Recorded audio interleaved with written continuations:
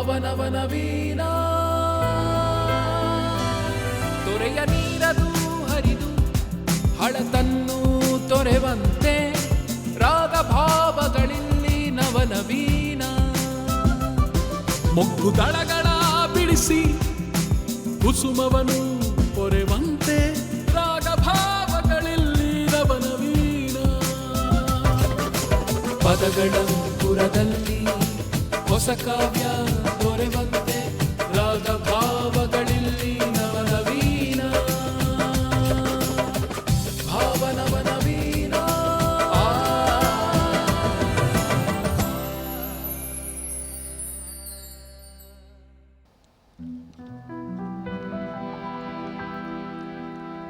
ನುಡಿದು ಬೇಸತ್ತಾಗ ದುಡಿದುಡಿದು ಸತ್ತಾಗ ಜನಕ ಹಿಗ್ಗಿನ ಹಾಡು ನೀಡವ ನಿನ್ಹಾಂಗಾಡಕ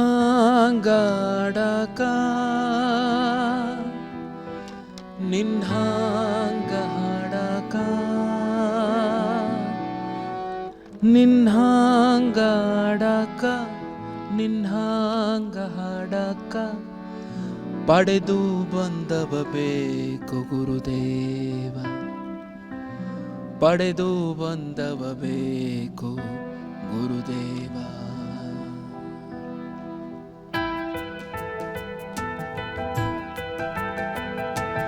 ನುಡಿದು ಬೇಸತ್ತಾಗ ದುಡಿದುಡಿದು ಸತ್ತಾಗ ಜನಕ ಹಿಗ್ಗಿನ ಹಾಡು ನೀಡವ ನುಡಿದು ಬೇಸತ್ತಾಗ ದುಡಿದುಡಿದು ಸತ್ತಾಗ ಜನಕ ಹಿಗ್ಗಿನ ಹಾಡು ನೀಡವ ನಿನ್ಹಾಂಗಾಡಕ ನಿನ್ಹಾಂಗ ಹಾಡಕ ನಿನ್ಹಾಂಗಾಡಕ ನಿನ್ಹಾಂಗ ಹಾಡಕ ಪಡೆದು ಬಂದವ ಬೇಕು ಗುರುದೇವ ಪಡೆದು ಬಂದವ ಬೇಕು ಗುರುದೇವ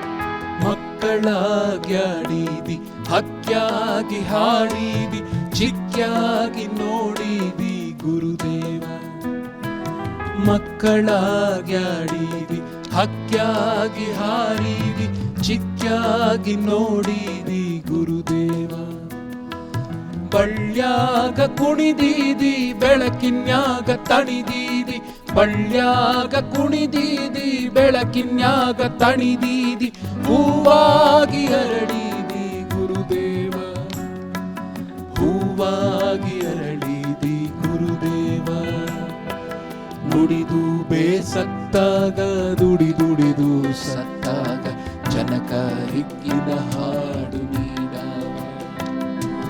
ನಿನ್ಹಾಂಗಾಡಕ ನಿನ್ಹಾಂಗ ಹಾಡಕ ಪಡೆದು ಬಂದವ ಬೇಕು ಗುರುದೇವ ಪಡೆದು ಬಂದವ ಬೇಕು ಗುರುದೇವ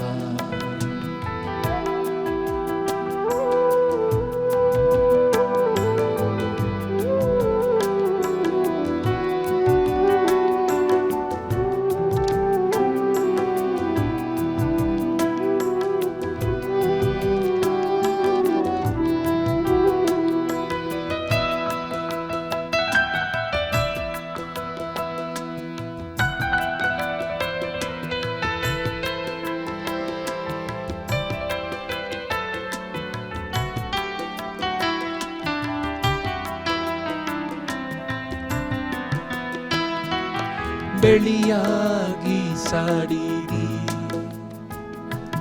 ಗಾಳಿಯಾಗ ಬೀಸಾಡಿದಿ ಮಳಿಯಾಗ ಕೂಸಾಡಿದಿ ಗುರುದೇವ. ಬಿಸಿಲ್ ಹಣ್ಣು ಉಂಡಿದಿ ಬೆಳದಿಂಗಳ ಕಂಡೀದಿ, ಬಿಸಿಲ್ ಹಣ್ಣು ಉಂಡಿದಿ ಬೆಳದಿಂಗಳ ಕಂಡೀದಿ, ಚಳಿ ಮುತ್ತುಕೊಂಡಿದಿ ಗುರುದೇವ, ಚಳಿ ಮುತ್ತುಕೊಂಡಿದಿ ಗುರುದೇವ. ನುಡಿದು ಬೇಸತ್ತಾಗ ದುಡಿದುಡಿದು ಸತ್ತಾಗ ಜನಕ ಹಿಕ್ಕಿನ ಹಾಡು ನೀಡಾವ. ನಿನ್ಹಾಂಗ ಹಾಡಾಕ ನಿನ್ಹಾಂಗ ಹಾಡಾಕ ಪಡೆದು ಬಂದವ ಬೇಕು ಗುರುದೇವ, ಪಡೆದು ಬಂದವ ಬೇಕು ಗುರುದೇವ.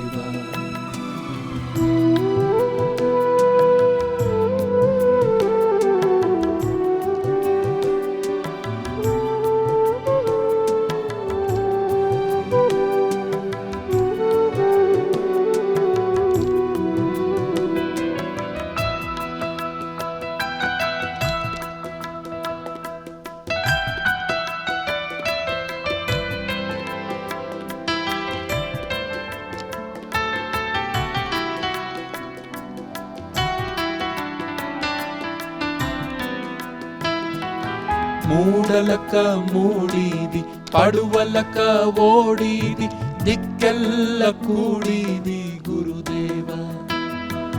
ಮೂಡಲಕ ಮೂಡಿದಿ ಪಡುವಲಕ ಓಡಿದಿ, ದಿಕ್ಕೆಲ್ಲ ಕೂಡಿದಿ ಗುರುದೇವ. ಹಾಡಿ ಹಣ್ಣಾದೀನಿ ಜಗದ ಕಣ್ಣಾದೀನಿ, ಹಾಡಿ ಹಣ್ಣಾದೀನಿ ಜಗದ ಕಣ್ಣಾದೀನಿ, ದುಡಿದು ಸಣ್ಣಾದೀನಿ ಗುರುದೇವ, ದುಡಿದು ಸಣ್ಣಾದೀನಿ ಗುರುದೇವ. ನುಡಿದು ಬೇಸತ್ತಾಗ ದುಡಿದುಡಿದು ಸತ್ತಾಗ ಜನಕ ಹಿಕ್ಕಿನ ಹಾಡು ನೀಡಾವ. ನುಡಿದು ಬೇಸತ್ತಾಗ ದುಡಿದುಡಿದು ಸತ್ತಾಗ ಜನಕ ಹಿಕ್ಕಿನ ಹಾಡು ನೀಡಾವ. ನಿನ್ಹಾಂಗಾಡಾಕ ನಿನ್ಹಾಂಗ ಹಾಡಾಕ ನಿನ್ಹಾಂಗಾಡಾಕ ನಿನ್ಹಾಂಗ ಹಾಡಾಕ ಪಡೆದು ಬಂದವ ಬೇಕು ಗುರುದೇವ, ಪಡೆದು ಬಂದವ ಬೇಕು ಗುರುದೇವ. ಓ ಪಡೆದು ಬಂದವ ಬೇಕು ಗುರುದೇವ, ಪಡೆದು ಬಂದವ ಬೇಕು ಗುರುದೇವ.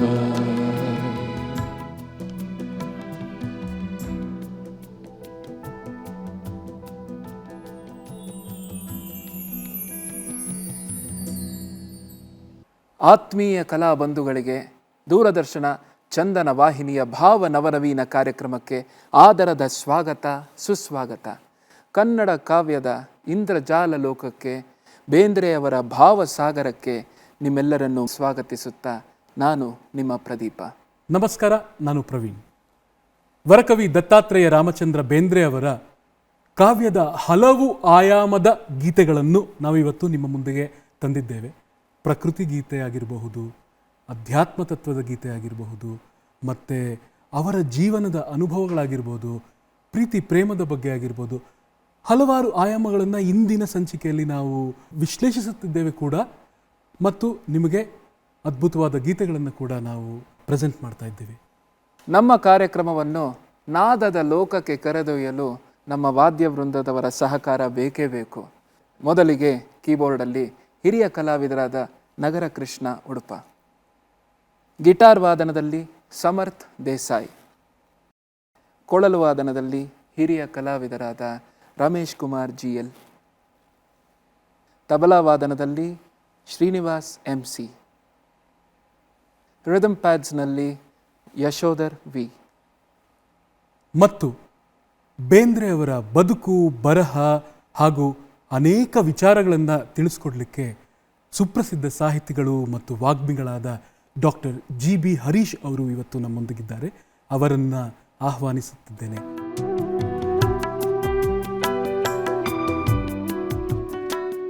ಸರ್, ನಿಮ್ಮ ಆಗಮನ ನಮ್ಮ ಕಾರ್ಯಕ್ರಮದ ಮೆರುಗನ್ನು ಹೆಚ್ಚಿಸಿದೆ. ಬಂದಿದ್ದಕ್ಕೆ ಧನ್ಯವಾದಗಳು ಸರ್. ನಮಸ್ಕಾರ, ಧನ್ಯವಾದಗಳು. ನಾವು ಇದೀಗ ಪ್ರಸ್ತುತಪಡಿಸಿದಂಥ ಗೀತೆ ನುಡಿದು ಬೇಸತ್ತಾಗ ದುಡಿದು ಸತ್ತಾಗ ಜನಕ ಹಿಗ್ಗಿನ ಹಾಡು ನೀಡವ. ಈ ಗೀತೆಯ ಒಂದು ಹಿನ್ನೆಲೆಯನ್ನು ಹೇಳಲಿಕ್ಕೆ ಇಷ್ಟಪಡ್ತಾ ಇದ್ದೇನೆ. ಅದು ದತ್ತಾತ್ರೇಯ ರಾಮಚಂದ್ರ ಬೇಂದ್ರೆ ಅವರಿಗೆ ಗುರುದೇವ ರವೀಂದ್ರನಾಥ್ ಟ್ಯಾಗೋರ್ ಅವರ ಪ್ರಭಾವ ತುಂಬ ಇತ್ತು. ಹಾಗಾಗಿ ಅವರನ್ನು ಗುರುದೇವ ಅಂತ ಕರಿತಾ ಇದ್ರು.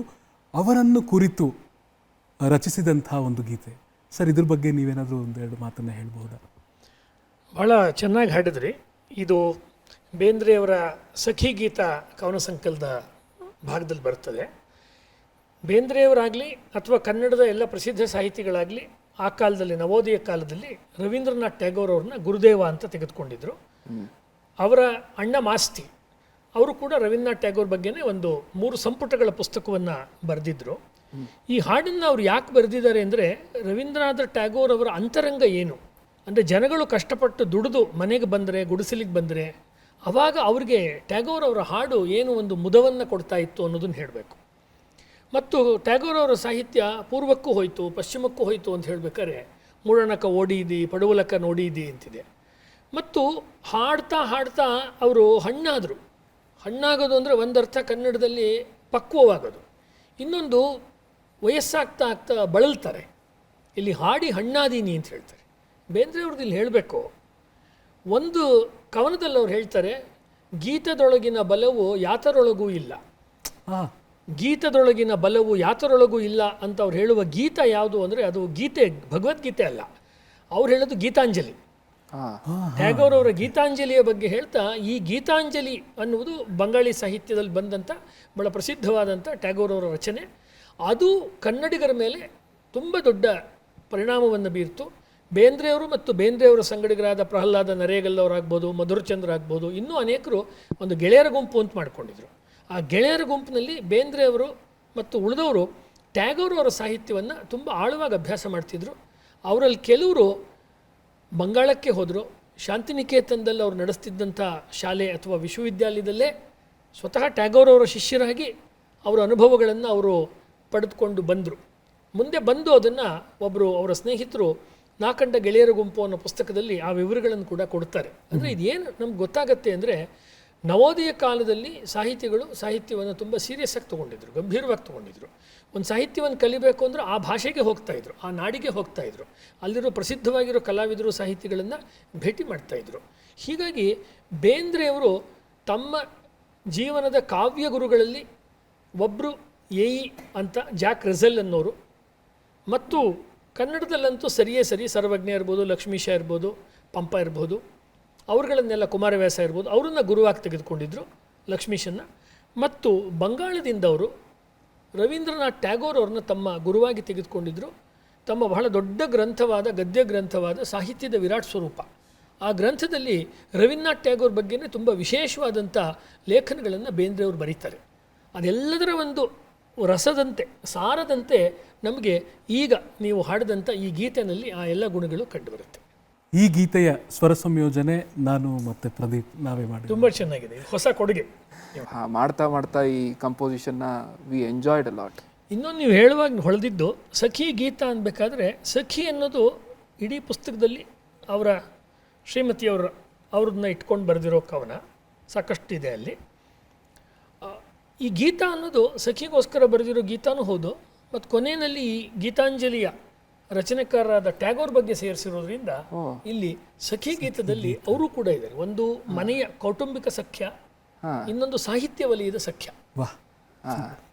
ಧನ್ಯವಾದಗಳು ಸರ್.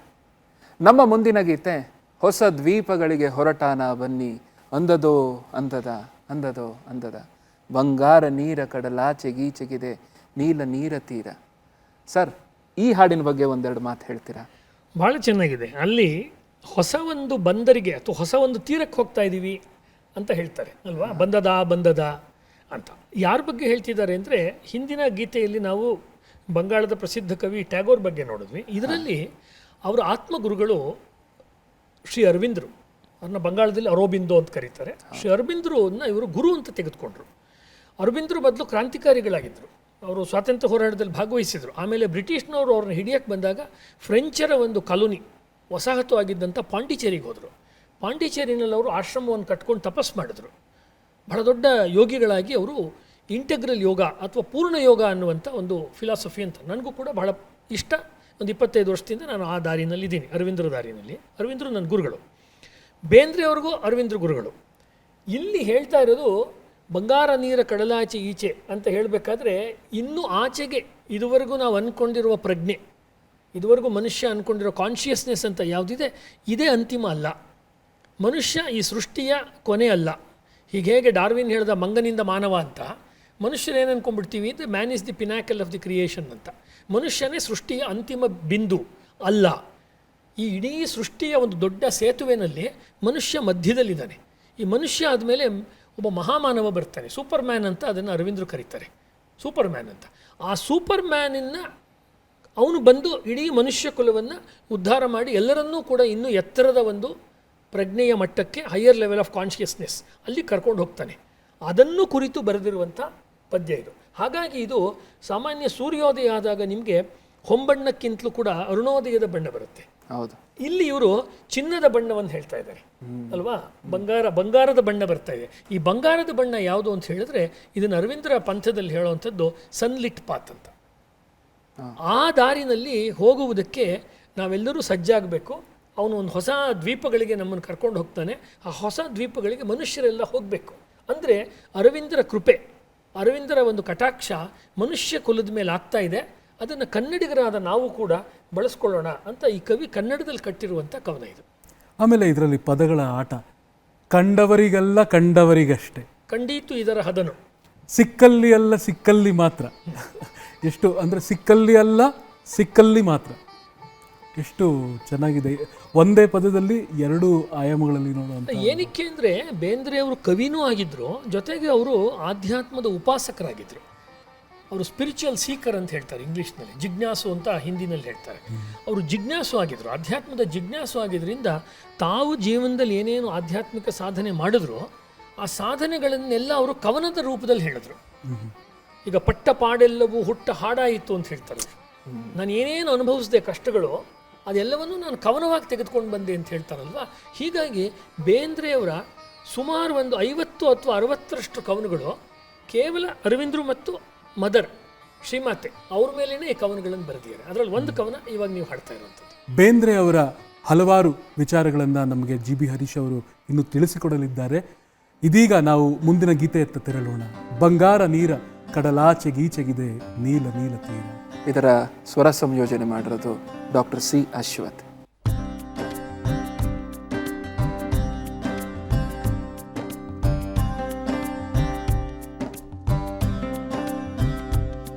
ಹೊಸ ದ್ವೀಪಗಳಿಗೆ ಹೊರಟಾನ ಬನ್ನಿ,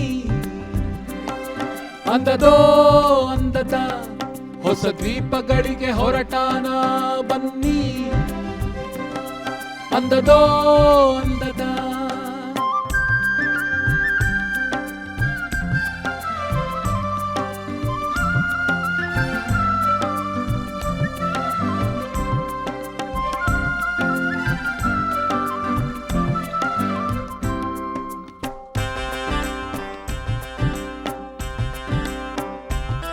ಬಂಗಾರ ನೀರ ಕಡಲಾಚೆ ಗೀಚೆಗಿದೆ ನೀಲ ನೀಲ ತೀರ, ಮಿಂಚು ಬಳಗ ತೆರೆ ತೆರೆಗಳಾಗಿ ಅಲೆಯುವುದು ಪುಟ್ಟ ಪೂರ.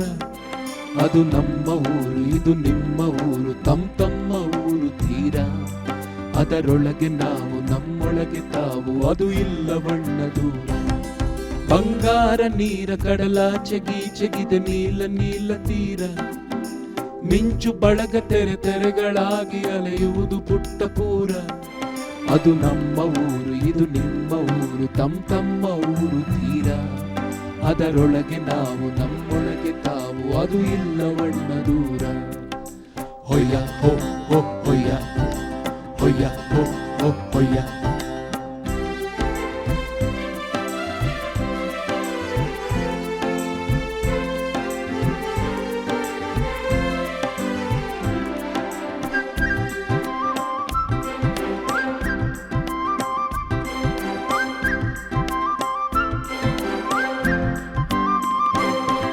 ಕರೆ ಬಂದಿತಣ್ಣ ತೆರೆ ಬಂದಿತಣ್ಣ ನೆರೆ ಬಂದಿತಣ್ಣ ಬಳಿಗೆ ಹರಿತದ ಭಾವ ಬೆರಿತದ ಜೀವದರೊಳಗೆ ಒಳಗೆ ಒಳಗೆ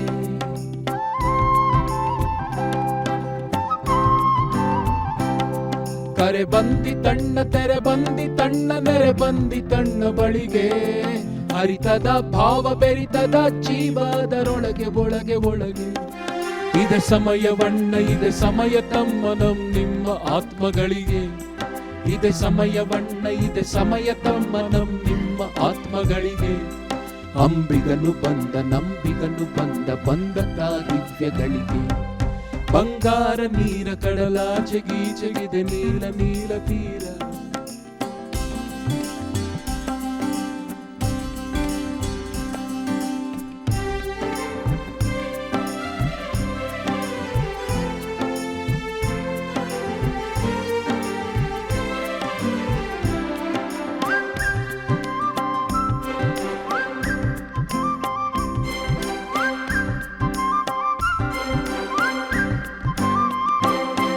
ಇದು ಉಪ್ಪು ನೀರ ಕಡಲಲ್ಲೋ ನಮ್ಮ ಒಡಲಲ್ಲೂ ಇದರ ನೆಲೆಯು ಕಂಡವರಿಗಲ್ಲೋ ಕಂಡವರಿಗಷ್ಟೇ ತಿಳಿದದ ಇದರ ಬೆಲೆಯು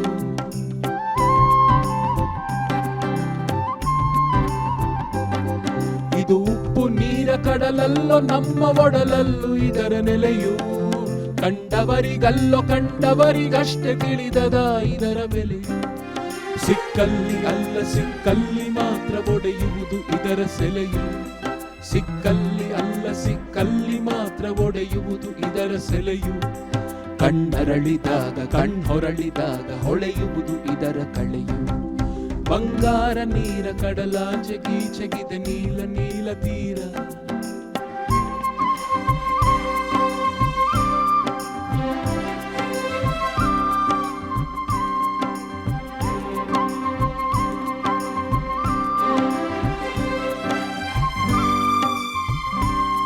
ಬಂದವರ ಬಳಿಗೆ ಬಂದದ ಮತ್ತು ನಿಂದವರ ನೆರೆಗೂ ಬಂದದೋ ಬಂದದ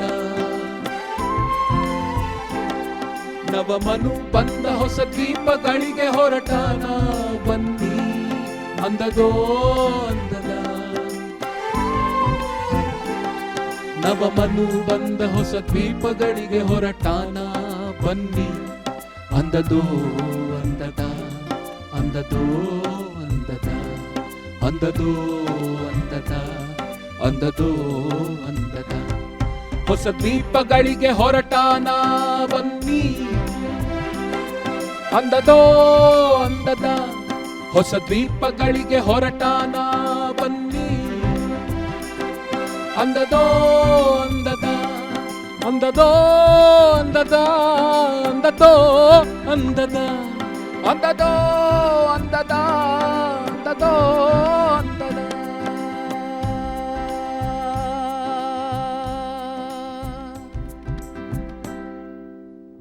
ಸರ್, ನಮ್ಮದೊಂದು ಪ್ರಶ್ನೆ. ವರಕವಿ ಬೇಂದ್ರೆ ಅವರ ಬಾಲ್ಯದ ಜೀವನ ಮತ್ತು ಅವರ ಹಿನ್ನೆಲೆಯನ್ನು ನಮಗೆ ಸ್ವಲ್ಪ ತಿಳಿಸ್ಕೊಡ್ತೀರಾ?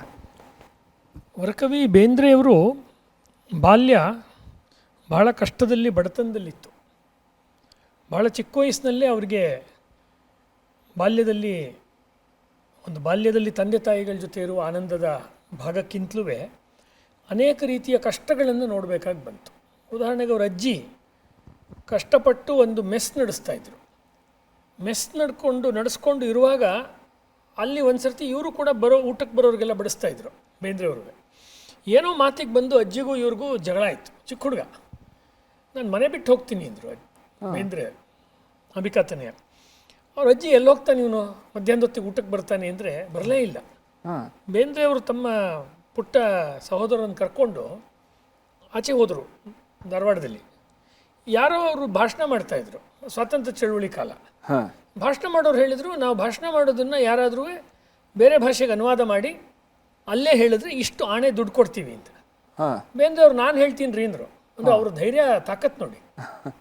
ಹೋಗ್ಬಿಟ್ಟು ಅವರು ಆ ಭಾಷಣವನ್ನು ಹೇಳಿದ್ರು, ಅದೇ ಥರ ವಾಪಸ್ಸು ಹೇಳಿದ್ರು ಸಂಗ್ರಹ ಮಾಡಿ. ಅವ್ರಿಗೆ ಎಷ್ಟೋ ಆಣೆ ಕಾಸು ಕೊಟ್ಟರು. ಆ ಕಾಸಿನಲ್ಲಿ ಅವರು ಏನು ತೊಗೋಬೋದು, ಅಂಗಡಿನಲ್ಲಿ ಕಡಲೆಪುರಿನ ಏನೋ ತೊಗೊಂಡು ತಮ್ಮ ಪುಟ್ಟ ಮಗು ಇದಕ್ಕೂ ತಿನ್ನಿಸಿ ಆಮೇಲೆ ನೀರು ಕುಡಿದು ನಲ್ಲಿನಲ್ಲಿ ವಾಪಸ್ ಸಂಜೆ ಅಜ್ಜಿ ಹತ್ರ ಬಂದು ನೋಡು, ನೀನು ಇಲ್ಲದೆ ನಾನು ಬದುಕು ತೋರಿಸಿದ್ದೀನಿ ಅಂತ ಹೇಳಿದ್ರು. ಈ ತಾಕತ್ತಿದೆ ಅಲ್ವಾ. ಹಾಗಾಗಿ ಅವರು ವರಕವಿಯಾಗಿದ್ದು ಎಲ್ಲಿಂದ ಅಂತ ಹೇಳಿದ್ರೆ ಮಣ್ಣಿನಿಂದ ಎದ್ದು ಬಂದವರು. ಅವ್ರು ಹೇಳ್ತಾರಲ್ಲ, ಈ ಧಾರವಾಡ ತಾಯಿಯ ಮಗ ನಾನು ಅಂತ ಹೇಳಿ 5 ತಾಯಿಯರ ಮಗ ಅಂತ ಅವ್ರದ್ದು ಭಾಳ ಪ್ರಸಿದ್ಧವಾದ ಪದ್ಯ ಇದೆ. ವಿಶ್ವಮಾತೆಯ ಗರ್ಭ ಕಮಲ ಜಾತ ಮಗ ನಾನು ಅನ್ನೋ ಪದ್ಯದಲ್ಲಿ ಈ ಮಾತನ್ನು ಹೇಳ್ತಾರೆ. ಬೇಂದ್ರೆಯವರ ಬಾಲ್ಯದಲ್ಲಿ ಇನ್ನೊಂದು ಬಹಳ ಮುಖ್ಯವಾದ ವಿಷಯ ಅಂದರೆ, ಬೇಂದ್ರೆ ಅನ್ನೋ ಪದದ ಮೂಲನೇ ವೇದ. ವೇದವನ್ನು ಅಧ್ಯಯನ ಮಾಡುವ ಫ್ಯಾಮಿಲಿಯಿಂದ ಬಂದವರು ಬೇಂದ್ರೆ. ಹಾಗಾಗಿ ಅವರ ಫ್ಯಾಮಿಲಿನಲ್ಲಿ ಸಾಮಗಾನ ಅಥವಾ ಈ ಸಾಮವೇದದ ಒಂದು ಪಾಠ, ಈ ರೀತಿಯ ಒಂದು ವೈದಿಕ ವಾತಾವರಣ ಇತ್ತು. ಇದ್ರ ಮೂಲಕ ಅವರಿಗೆ ಅದರ ಫಿಲಾಸಫಿನೂ ಗೊತ್ತಾಯಿತು. ವೇದಗಳು, ಉಪನಿಷತ್ತು, ಭಗವದ್ಗೀತೆ ಅದು ಗೊತ್ತಾಯಿತು. ಜೊತೆಗೆ ಜಾನಪದದ ಜೀವನ ಅಂದರೆ ನಮ್ಮ ಧಾರವಾಡ ಸೀಮೆಯಲ್ಲಿರುವಂಥ ಸುಂದರವಾದ ಒಂದು ಜನಜೀವನ ಇದೆಯಲ್ಲ, ಅದು ಅದರ ರೀತಿ ನೀತಿಗಳು, ಅಲ್ಲಿಯ ಒಂದು ಹಾಡುಗಳು ಅದೆಲ್ಲ ಕೂಡ ಬಂತು. ಹಾಗಾಗಿ ಟೊಂಕದ ಮೇಲೆ ಕೈ ಇಟ್ಕೊಂಡು ಅನ್ನೋ ಪದ್ಯದಲ್ಲಿ ಅದು ನಿಮಗೆ ಕಾಣುತ್ತೆ, ಅಥವಾ ಮಲ್ಲಾಡದ ಗಿಣಿಯೇ ಅನ್ನೋ ಪದ್ಯದಲ್ಲಿ ಕಾಣಿಸುತ್ತೆ, ಅಥವಾ ಬಾರೋ ಸಾಧನಕೇರಿಗೆ ಅನ್ನೋ ಕವನದಲ್ಲಿ ಕಾಣಿಸುತ್ತಲ್ಲ, ಅದು ಅಲ್ಲಿಂದ ಬಂದಿತ್ತು. ಭಾಳ ಮುಖ್ಯವಾಗಿ ಅವ್ರ ಜೀವನದಲ್ಲಿ ನಡೆದಂಥ ಒಂದು ಬಹಳ ಮುಖ್ಯವಾದ ಘಟನೆ, ಅವರ ಊರಿನಲ್ಲಿರುವಂಥ ದತ್ತಾತ್ರೇಯನ ಗುಡಿ ಹತ್ರ ಹೋದಾಗ ಅವರೇ ಅದನ್ನು ಬರೆದಿದ್ದಾರೆ, ಅಂದ ತುಂಬಿತ್ತ ಹಾಲಗೇರಿ ಅಂತ. ಭಾಳ ಹಿಂದೆ ಅದನ್ನು ಗಿರೀಶ್ ಕಾರ್ನಾಡ್ ಅವರು ಡಾಕ್ಯುಮೆಂಟ್ರಿ ಮಾಡಿದಾಗ ಕೂಡ ಅಂದ ತುಂಬಿತ್ತ ಹಾಲಗೇರಿ ಬಳಸಿದ್ದಾರೆ. ಅಲ್ಲಿ ಹೋದಾಗ ಏನಾಗಿದೆ, ಅವ್ರಿಗೆ ನೀರಿನಲ್ಲಿ ಅವ್ರಿಗೆ ಮುಳುಗ್ಬಿಟ್ರು. ಅಂದರೆ ಅಕಸ್ಮಾತ್ ಮುಳುಗಿದಾಗ ತಾಯಿ ಅವರ ಜುಟ್ಟು ಹಿಡಿದು, ತಾಯಿಯು ಸ್ವಂತ ತಾಯಿ ಜುಟ್ಟು ಹಿಡಿದು ಅಂಬಿಕಾ ತನ್ನಿದ ಹತ್ರ ತಾಯಿ ಅಂಬವ್ವ ಎತ್ತಿದ್ದಾರೆ ಮೇಲಕ್ಕೆ. ಅವರು ಅದನ್ನು 2ನೇ ಜನ್ಮ ಅಂತ ತಗೊಂಡ್ರು. ಅಂದರೆ ನನ್ನ ಲೌಕಿಕ ಜೀವನ ಮುಗೀತು, ಲೌಕಿಕ ಜೀವನ ಕೊಚ್ಕೊಂಡು ಹೋಯ್ತು ನೀರಲ್ಲಿ, ಇನ್ನು ಉಳಿದಿರೋ ಜೀವನ ಇದು ಆಧ್ಯಾತ್ಮದ ಜೀವನ ಮತ್ತು ಕಾವ್ಯದ ಜೀವನ. ಅದಕ್ಕೋಸ್ಕರವೇ ನಾನು ಬದುಕೋದು. ಇದು ದತ್ತಾತ್ರೇಯನ ಗುಡಿಯಲ್ಲ, ಆದ್ದರಿಂದ ದತ್ತಾತ್ರೇಯನ ಪ್ರಸಾದ, ದತ್ತಾತ್ರೇಯನ ವರ ನನ್ನ ತಲೆ ಮೇಲಿದೆ ಅಂತ ಬಂತು. ಬೇಂದ್ರೆಯವ್ರ ಬಾಲ್ಯದ ಇನ್ನೊಂದು ಅಂದರೆ, ಪ್ರಾರಂಭದಲ್ಲಿ ಅವರು ಛಂದಸ್ನಲ್ಲಿ, ಅಂದರೆ ಹಳೆಗನ್ನಡ ಹಳೆ ಛಂದಸ್ನಲ್ಲಿ ಬರೀತಾ ಇದ್ರು, ಮತ್ತು ಮರಾಠಿಲಿ ಬರೀತಾ ಇದ್ರು, ಮತ್ತು ಇಂಗ್ಲೀಷ್ನಲ್ಲಿ ಬರೀತಾ ಇದ್ರು. ಆ ಕಾಲದಲ್ಲಿ ಬೇಂದ್ರೆಯವ್ರನ್ನೂ ಸೇರಿ, ಕುವೆಂಪುರನ್ನ ಸೇರಿ ಎಲ್ರಿಗೂ ಕೂಡ ಇಂಗ್ಲೀಷ್ನಲ್ಲಿ ಬರೆಯೋದೇ ಒಂದು ಫ್ಯಾಷನ್. ಇಂಗ್ಲೀಷ್ನಲ್ಲಿ ಬರಿಬೇಕಾದ್ರೆ ಒಂದು ಕಾವ್ಯನಾಮ ಇಟ್ಕೋಬೇಕಲ್ಲ. ಕಾವ್ಯನಾಮ ಏನು ಇಟ್ಕೊಂಡಿದ್ರು ಗೊತ್ತಾ? ಅಂಬಿಕಾ ತನಿದತ್ತ ಅಂತ ಇಟ್ಕೊಂಡಿರಲಿಲ್ಲ, ಬೆನ್ ರ್ಯಾಮ್ಸನ್. ಬೆನ್ ರ್ಯಾಮ್ಸನ್ ಅಂದರೆ ಇವರು ಬೇಂದ್ರೆ, ಇವರ ವಂಶದ ಹೆಸರು ಬೇಂದ್ರೆ, ಫ್ಯಾಮಿಲಿ ನೇಮ್. ರ್ಯಾಮ್ ಅಂದರೆ ಇವರ ಅಪ್ಪ, ತಂದೆ ರಾಮಚಂದ್ರ, ಅವರ ಸನ್, ಅವ್ರ ಮಗ ಬೆನ್ ರ್ಯಾಮ್ಸನ್. ಇಂಗ್ಲೀಷ್ನಲ್ಲಿ ಹೆಸರು ಇಟ್ಕೊಂಡಿದ್ರು. ಆಮೇಲೆ ಅವ್ರಿಗೆ ಇದೇನು ಹುಚ್ಚಾಟ ಅಂತ ಅವ್ರು ಆಮೇಲೆ ನಮ್ಮ ದೇಶದ ಭಾಷೆ ಕಡೆ ಬಂದರು. ಮರಾಠಿನಲ್ಲಿ ಅನೇಕ ಕವನಗಳನ್ನು ಬರೆದರು. ಪೂನಾದಲ್ಲಿ ಓದಬೇಕಾದ್ರೆ ಆ ಕವನಗಳನ್ನು ತೊಗೊಂಡು ಹಿಡ್ಕೊಂಡು ಬರಬೇಕಾದ್ರೆ ಅದು ಕೈ ತಪ್ಪಿ ಗಾಳಿಗೆ ಹಾರಿತು.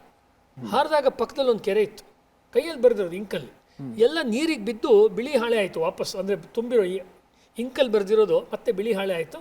ಅಂದರೆ ಮರಾಠಿ ಕವನಗಳೆಲ್ಲ ಕೊಚ್ಕೊಂಡು ಹೋಯಿತು. ಇದು ನನಗೆ ದೈವ ಕೊಡ್ತಾ ಇರೋ ಒಂದು ಸೂಚನೆ. ದೈವದಲ್ಲಿ ತುಂಬ ನಂಬಿಕೆ ಅವ್ರಿಗೆ. ನಾನು ಕನ್ನಡದಲ್ಲೇ ಬರಿಬೇಕು ಅಂಥೇಳಿ ಅವರು ಕನ್ನಡದಲ್ಲಿ ಬರೆದರು. ಅಫ್ಕೋರ್ಸ್ ಅವರು ಮರಾಠಿಯಲ್ಲೂ ಕವನಗಳನ್ನು ಆಮೇಲೆ ಬರೆದಿದ್ದಾರೆ. ಅಂದರೆ ಮುಖ್ಯವಾಗಿ ಅವರು ಮನೆ ಮಾತು ಮರಾಠಿಯಾಗಿದ್ದರೂ ಕೂಡ ಕನ್ನಡದಲ್ಲೇ ಬರೆಯೋದಕ್ಕೆ ಈ 2-3 ಘಟನೆಗಳು ಅವರ ಜೀವನದಲ್ಲಿ ಪ್ರಾರಂಭದಲ್ಲಿ ಕಾರಣ ಆಯಿತು. ಮತ್ತು ಇನ್ನೊಂದು ಹೇಳಬೇಕಂದ್ರೆ, ಅವರು ಬಾಲ್ಯದಲ್ಲಿ ಅಂದರೆ ತಾರುಣ್ಯದ ಹೊತ್ತಿಗೆ ಬರಬೇಕಾದ್ರೆ ಅವರು ಆಲೂರು ವೆಂಕಟರಾಯರು, ಪ್ರಹ್ಲಾದ್ ನೆರೆಗಲ್ಲವರು, ಇನ್ನೂ ಅನೇಕರು ಸೇರ್ಕೊಂಡ್ಬಿಟ್ಟು ಒಂದು ಮೌನದ ಗೋಷ್ಠಿ ಮಾಡ್ತಾಯಿದ್ರು. ಅಂದರೆ ಊರಾಚೆ ಒಂದು ಬಂಗ್ಲೆ, ಯಾರ್ದೋ ಒಂದು ಬಂಗ್ಲೆ, ಆ ಬಂಗ್ಲೆನಲ್ಲಿ ಇರೋದು, ಊಟ ತಿಂಡಿಯೆಲ್ಲ ಆಗ್ತದೆ, ಯಾರನ್ನೂ ಮಾತಾಡ್ಸೋಂಗಿಲ್ಲ. ಒಂದು ವಾರ ಇರ್ತಾರೆ ಎಲ್ಲರೂ ಸಾಹಿತಿಗಳು, ಎಲ್ಲ ಯುವ ಸಾಹಿತಿಗಳು, ಯುವ ಕಲಾವಿದರು. ಅವರವರ ರೀತಿಯ ಸಾಧನೆಯನ್ನು ಅವ್ರು ಮಾಡಬೇಕು, ಮಾತಿಲ್ಲ. ಮೌನವನ್ನು ಎಲ್ಲರ ಜೊತೆ ಇದ್ದು ಹೇಗೆ ಸಾಧಿಸುವುದು? ಯಾಕೆಂದ್ರೆ ಮೌನವನ್ನು ಸಾಧಿಸದೇ ಇರೋ ಒಂದು ಕಲಾವಿದ ಆಗೋಕ್ಕಾಗಲ್ಲ. ಸೈಲೆನ್ಸೇ ಇಟ್ ಈಸ್ ದಿ ಮದರ್. ಮೂಕ ಮೌನ ತೂಕ ಮೀರಿ ದನಿಯು ಹುಟ್ಟಿ ತಣ್ಣ, ಅದು ಬರುತ್ತಲ್ಲ ಅಂತರಂಗದ ಮೃದಂಗ ಕವನದಲ್ಲಿ. ಹೀಗಾಗಿ ಮೌನದ ಉಪಾಸನೆ ಮಾಡಿದ್ರು ಇವರೆಲ್ಲರೂ ಸೇರಿಕೊಂಡು. ಮೌನದಲ್ಲಿ ಏನೇನಾಯಿತು ಅನ್ನೋದನ್ನ ಇಟ್ಕೊಂಡೇ ಒಂದು ಪುಸ್ತಕ ಬರೆದ್ರು. ಆಮೇಲೆ ಇದು ನವೋದಯದ ಬಹಳ ಒಂದು ವಿಶೇಷವಾದ ಎಕ್ಸ್ಪೆರಿಮೆಂಟ್ ಇವರ ಬೇಂದ್ರೆಯವರ ಜೀವನದಲ್ಲಿ. ಹೀಗೆ ಅವರು ಗೆಳೆಯರ ಗುಂಪನ್ನು ಕಟ್ಕೊಳ್ಳೋ ಹಂತ ಇದೆ ಅಲ್ವಾ, ಅಲ್ಲಿ ತನಕದ ಘಟ್ಟವನ್ನು ನಾವು ಅವರ ಬಾಲ್ಯಕಾಲದ ಒಂದು ಘಟ್ಟ ಅಂತ ಕರಿಬೋದು. ಅದ್ಭುತವಾದ ವಿಚಾರಗಳು ಸರ್, ಕೇಳ್ತಾನೆ ಇರಬೇಕು ಅಂತ. ಹೌದು.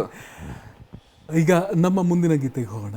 ನಾವು ಆಯ್ಕೆ ಮಾಡಿರುವಂಥ ಗೀತೆ ಒಲವೆಂಬ ಹೊತ್ತಿಗೆಯನೋದ ಬಯಸುತ್ತ ನೀನು ಬೆಲೆ ಎಷ್ಟು ಎಂದು ಕೇಳುತ್ತೀಯೇ ಹುಚ್ಚ. ಇದು ಒಲವೆಂಬ ಹೊತ್ತಿಗೆ ಅನ್ನೋದು ಬೇಂದ್ರೆಯವ್ರದ್ದು ಬಹಳ ಪ್ರಸಿದ್ಧವಾದ ಕವನ. ತೆರಲಾರೆ ನೀವರಿ ಅಂಚೆ ವೆಚ್ಚ ಅಂತ ಮುಂದಕ್ಕೆ ಬರುತ್ತೆ. ಅಂದರೆ ಅವರು ಏನು ಮಾಡಿದ್ದಾರೆ, ಈ ಇಡೀ ಅವರ ಕಾವ್ಯದ ಒಟ್ಟು ಮೂಲ ಏನು ಅಂದರೆ ಅವರೇ ಹೇಳಿರೋದು ಅವ್ರಿಗೆ ಮ್ಯಾಥಮೆಟಿಕ್ಸ್ ತುಂಬ ಇಷ್ಟ. ಅವರಷ್ಟು ಏನು ಹೇಳ್ತೀರ ಖಗೋಳ ವಿಜ್ಞಾನವನ್ನು, ಅವರಷ್ಟು ಕೆಮಿಸ್ಟ್ರಿಯನ್ನು, ಫಿಸಿಕ್ಸನ್ನು ಮತ್ತು ಮ್ಯಾಥಮೆಟಿಕ್ಸ್ ಗಣಿತವನ್ನು ಓದಿದಂಥ ಮತ್ತೊಬ್ಬ ಕನ್ನಡ ಸಾಹಿತಿ ಹಳೆಗನ್ನಡದಲ್ಲೂ ಇಲ್ಲ, ಹೊಸಗನ್ನಡದಲ್ಲೂ ಇಲ್ಲ. ಕೊನೆಯದಾಗ ಅವ್ರು ಓದಿದಂಥ ಪುಸ್ತಕ ಕೂಡ ಒಂದು ಆಸ್ಟ್ರೋನಮಿ, ಅದಕ್ಕೆ ಸಂಬಂಧಪಟ್ಟಿದ್ದ ಪುಸ್ತಕನೇ ಆಗಿತ್ತು. ಹೊಸ ಪುಸ್ತಕನ ಅವರು ತರಿಸಿ ಆಸ್ಪತ್ರೆಯಲ್ಲಿದ್ದ ಕೂಡ ಅವ್ರ ಮಗ ತೊಗೊಂಬಂದು ಕೊಡ್ತಾಯಿದ್ರು ಅವ್ರಿಗೆ. ವಾಮನ್ ಬೇಂದ್ರೆ ಅವರು ಬರೀತಾರೆ ಒಂದು ಪುಸ್ತಕದಲ್ಲಿ ಬೇಂದ್ರೆ ಅವರು. ಹಾಗಾಗಿ ಬೇಂದ್ರೆ ಅವರು ಏನೇ ಮಾತಾಡಿದ್ರು, ಯಾಕೆ ಹೇಳಿದೆ ವಿಜ್ಞಾನದ ವಿಚಾರ ಅಂದರೆ, ಬೇಂದ್ರೆ ಏನೇ ಮಾತಾಡಿದ್ರು ಅದನ್ನು ಫಾರ್ಮುಲಾ ಥರ ಮಾತಾಡ್ತಿದ್ರು. ಹೃದಯ ಪ್ಲಸ್ ವಿವೇಕ ಈಸ್ ಈಕ್ವಲ್ ಟು ಬೇಂದ್ರೆ ಕಾವ್ಯ. ಈಗ ಅವರೇ ಹೇಳಿರೋ ಮಾತು, ಹೃದಯ ಪ್ಲಸ್ ವಿವೇಕ. ನನ್ನ ಕಾವ್ಯದಲ್ಲಿ ಇನ್ನೇನೂ ಇಲ್ಲ, ಒಂದು ಹೃದಯ ತತ್ವದ ಬಗ್ಗೆ ಮಾತಾಡಿದೆ, ಹೃದಯ ಬಿಚ್ಚಿ ಮಾತಾಡಿದ್ದೀನಿ. ಮತ್ತು ಒಟ್ಟು ಮನುಷ್ಯರು ವಿವೇಕದಿಂದ ಬದುಕಬೇಕು. ಗಂಡು ಹೆಣ್ಣು ಆಗಲಿ, ತಂದೆ ತಾಯಿ ಆಗಲಿ, ಸಮಾಜ ಆಗಲಿ, ರಾಷ್ಟ್ರ ಆಗಲಿ, ಪ್ರಪಂಚ ಆಗಲಿ, ವಿವೇಕದಿಂದ ಮಾತಾಡೋದು. ಹಾರ್ಟ್ ಮತ್ತು ವಿಸ್ಡಮ್ ಅವೆರಡು ಸೇರಿಕೊಂಡ್ರೆ ಹಾರ್ಮೋನಿ ಆಗುತ್ತೆ. ಇದನ್ನು ಅವರು ಹಾರ್ಮೋನಿಯನ್ನು ಏನು ಹೇಳ್ತಿದ್ರು ಅಂದರೆ ಹಾರಮಣಿ ಅಂತಿದ್ರು. ಹಾರಮಣಿ, ಒಂದು ಹಾರದಲ್ಲಿ ಮಣಿ ಇರುತ್ತಲ್ಲ, ಅನೇಕ ಮಣಿಗಳು ಸೇರ್ಕೊಂಡು ಒಂದು ಹಾರ ಆಗಿರುತ್ತಲ್ಲ, ಇಂಗ್ಲೀಷ್ನ ಹಾರ್ಮೋನಿ ಅನ್ನೋ ಪದವನ್ನು ಅವರು ಕನ್ನಡದಲ್ಲಿ ಹಾರಮಣಿ ಅಂತ ಮಾಡಿದ್ರು. ಈ ಹಾರಮಣಿಯನ್ನು ಹುಡ್ಕೋದಕ್ಕೆ ಅವ್ರು ಕಂಡುಕೊಂಡಂಥ ಒಂದು ಸೂತ್ರ ಏನಂದರೆ, ಹೃದಯ ಪ್ಲಸ್ ವಿವೇಕ ಇಸ್ ಈಕ್ವಲ್ ಟು ಬೇಂದ್ರೆ ಕಾವ್ಯ. ಈ ಹೃದಯ ಮತ್ತು ವಿವೇಕವನ್ನು ಸೇರಿಸುವ ಪ್ಲಸ್ ಇದೆಯಲ್ಲ, ಅದೇ ಒಲವು. ನೀವು ಇವಾಗ ಹಾಡುವಂಥ ಈ ಪದ್ಯ, ಹೃದಯ ಮತ್ತು ವಿವೇಕ ಎಲ್ಲಿ ಸೇರ್ಕೋಬೇಕು, ಸೇರಕ್ಕೊಂದು ಪಾಯಿಂಟ್ ಬೇಕಲ್ವಾ, ಆ ಬಿಂದು ಯಾವುದು ಅಂತ ಹೇಳಿದ್ರೆ ಪ್ರೀತಿ, ಒಲವು. ಈ ಒಲವು ತತ್ವ ಅವರಲ್ಲಿ ಬರೀ ಗಂಡು ಹೆಣ್ಣಿನ ಒಲವು ಅಲ್ಲ. ಈ ಒಲವು ಅಂದ ತಕ್ಷಣ ಸಾಮಾನ್ಯವಾಗಿ ಸಿನಿಮಾಗಳಲ್ಲಿ ಎಲ್ಲ ಕಡೆಗಳಲ್ಲಿ ಒಲವು ಅಂದರೆ ಪ್ರೀತಿ, ಗಂಡು ಹೆಣ್ಣಿನ ಪ್ರೀತಿ. ಗಂಡು ಹೆಣ್ಣಿನ ಪ್ರೀತಿ ಮಾತ್ರ ಅಲ್ಲ, ತಂದೆ ತಾಯಿಯ ಪ್ರೀತಿ, ಮಕ್ಕಳಿಗೆ ತಮ್ಮ ತಂದೆ ತಾಯಿ ಮೇಲಿರೋ ಪ್ರೀತಿ, ಅಥವಾ ಅವರಿಗೆ ಊರಿನ ಬಗ್ಗೆ ಇರೋ ಪ್ರೀತಿ, ಭಾಷೆ ಬಗ್ಗೆ ಇರೋ ಪ್ರೀತಿ, ಪ್ರಕೃತಿ ಬಗ್ಗೆ ಇರುವ ಪ್ರೀತಿ, ಗಿಡಮರಗಳ ಬಗ್ಗೆ, ಪ್ರಕೃತಿಯಲ್ಲಿರುವಂಥ ಸಚರಾಚರ ವಸ್ತುಗಳ ಬಗ್ಗೆ ಇರೋ ಪ್ರೀತಿ, ಮತ್ತು ಇಡೀ ಬ್ರಹ್ಮಾಂಡದ ಬಗ್ಗೆ ಇರುವಂಥ ಪ್ರೀತಿ. ಈ ಬ್ರಹ್ಮಾಂಡದ ಬಗ್ಗೆ ಇರೋ ಪ್ರೀತಿಯನ್ನು ಅವ್ರು ಆ್ಯಕ್ಚುಲಿ ಒಲವು ಅಂತ ಕರೀತಿರೋದು. ಈ ಕೇವಲ ಇದು ನಲ್ಲೆಯರ ನಡುವೆ ಇರುವಂಥ ಅದೇನು ಉಂಟದು, ಆದರೆ ಅದೊಂದು ವಿಶ್ವತತ್ವವಾಗಿ ಬರುತ್ತೆ. ಎಲ್ಲಿಂದ ಅವ್ರಿಗೆ ಐಡಿಯಾ ಬಂತು ಅಂತ ಹೇಳಿದ್ರೆ, ಇದು ಕಾಳಿದಾಸನಲ್ಲಿ ಬರುವಂಥ ಈ ಜಗತ್ತೇ ಶಿವ ಮತ್ತು ಪಾರ್ವತಿ. ಶಿವ ಮತ್ತು ಪಾರ್ವತಿ ಸೇರ್ಕೊಳ್ಳೋದು ಹೇಗೆ ಅಂದರೆ, ಶಬ್ದ ಮತ್ತು ಅರ್ಥಗಳು ಸೇರ್ಕೊಂಡಂಗೆ. ಶಬ್ದಾರ್ಥ ಸಹಿತವು ಕಾವ್ಯಂ ಅಂತ ಸಂಸ್ಕೃತದಲ್ಲಿ ಒಂದು ಮಾತಿದೆ. ಶಬ್ದಾರ್ಥವು ಹೇಗೆ ಸೇರ್ಕೊಳ್ಳುತ್ತೋ ಹಾಗೆಯೇ ವಾಗರ್ಥ ಸಂಪ್ರೋಕ್ತ ವಾಗರ್ಥ ಪ್ರತಿಪತ್ತಿಗೆ ಜಗತಃ ಪಿತರೋ ಒಂದೇ ಪಾರ್ವತಿ ಪರಮೇಶ್ವರ ಅನ್ನೋ ಮಾತಿದೆಯಲ್ಲ, ಪಾರ್ವತಿ ಪರಮೇಶ್ವರರು ಹೇಗೆ ಒಂದಾಗ್ತಾರೋ ಆ ರೀತಿಯ ಒಲವು ಈ ಹೃದಯ ಮತ್ತು ವಿವೇಕ ತತ್ವದಿಂದ ಬರುತ್ತೆ. ಅದನ್ನು ಅರ್ಥ ಮಾಡ್ಕೊಳ್ಳದೆ ನಾವೇನೇ ಜೀವನ ಮಾಡಿದ್ರೂ ನಾವು ಒಲವಿನ ಬಗ್ಗೆ ಪುಸ್ತಕ ಓದ್ಬೋದು, ಒಲವಿನ ಬಗ್ಗೆ ಭಾಷಣ ಮಾಡ್ಬೋದು, ಆದರೆ ಜೀವನದಲ್ಲೇ ಒಲವಿಲ್ಲ ಅಂದರೆ ಏನು ಪ್ರಯೋಜನ ಇಲ್ಲ ಅನ್ನುವುದನ್ನು ಅವರಿಲ್ಲಿ ಈ ಕವನದಲ್ಲಿ ಹೇಳ್ತಾ ಇದ್ದಾರೆ. ಅದ್ಭುತ ಸರ್. ಇವಾಗ ನಾವು ಹಾಡಲೇಬೇಕಾಗಾದ್ರೆ ಹೃದಯ ಮತ್ತು ವಿವೇಕ ಎರಡನ್ನು ಮನಸ್ಸಿನಲ್ಲಿ ಇಟ್ಕೊಂಡು ನಾವು ಈ ಒಲವಿನ ಗೀತೆಯನ್ನು ಹಾಡ್ತೀವಿ. ಶುಭವಾಗಲಿ.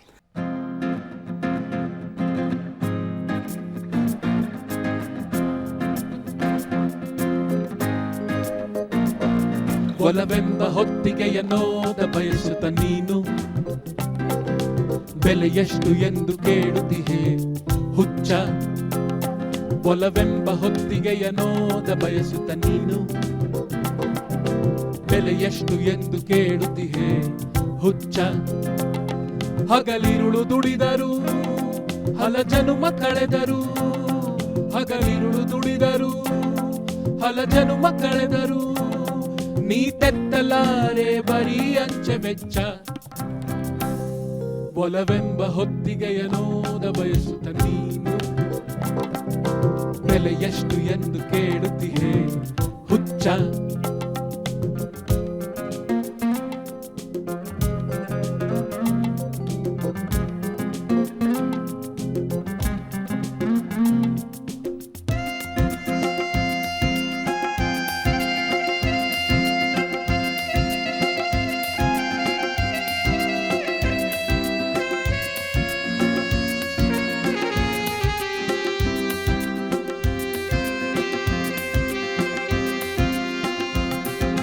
ಬೆವರ ಹನಿಯಲ್ಲಿ ಹಲವು, ಕಣ್ಣೀರಿನಲ್ಲಿ ಕೆಲವು, ನೆತ್ತರದಿ ಬರೆದುದಕ್ಕೆ ಲೆಕ್ಕವಿಲ್ಲ.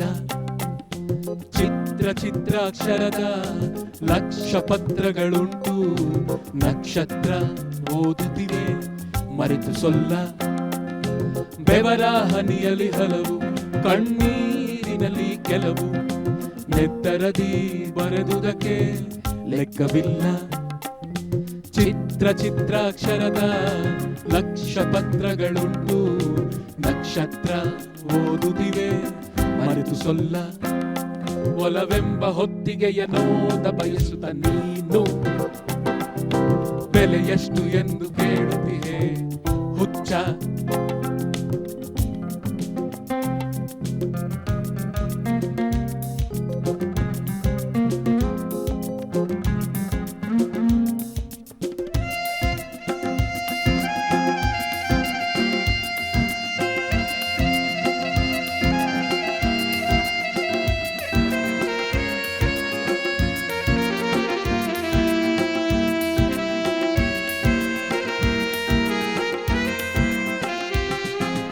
ಏನಿಹುದೋ ಎಂತಿಹುದೋ ಸಂಸಾರ ಸಾರ, ಕಂಡವರು ಯಾರದರ ಅಂತಪಾರ.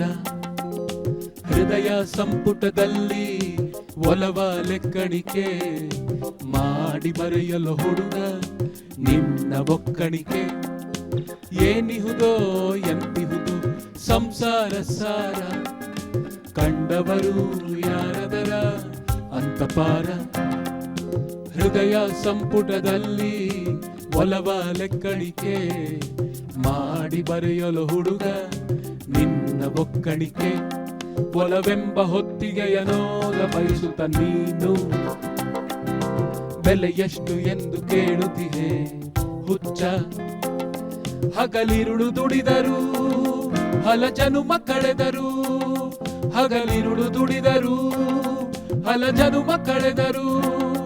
ನೀ ತೆತ್ತಲಾರೆ ಬರೀ ಅಂಚೆ ವೆಚ್ಚ,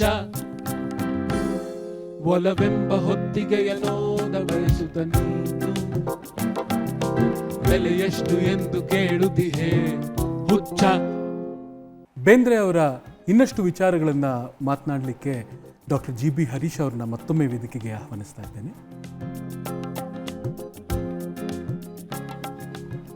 ಸರ್, ಇನ್ನೊಂದು ಪ್ರಶ್ನೆ. ಅವಧೂತ ಪ್ರಜ್ಞೆ ಅಂದರೆ ಏನು? ಬೇಂದ್ರೆ ಅವರಿಗೆ ಆ ಅವಧೂತ ಪ್ರಜ್ಞೆ ಬಹಳಷ್ಟು ಇತ್ತು ಅಂತ ಎಲ್ಲ ಹೇಳ್ತಾರೆ. ತುಂಬ ಒಳ್ಳೆಯ ವಿಷಯ. ಅವಧೂತ ಅನ್ನೋದು ಸಂಸ್ಕೃತದ ಪದ. ಧೂ ಅನ್ನುವಂಥ ಒಂದು ಧಾತುವಿನಿಂದ ಬಂದಿದೆ. ಧೂ ಅಂತ ಹೇಳಿದ್ರೆ ಎಲ್ಲವನ್ನು ಜಾಡಿಸೋದು, ಎಲ್ಲವನ್ನು ಬಿಟ್ಟುಬಿಡೋದು ಅಂತ.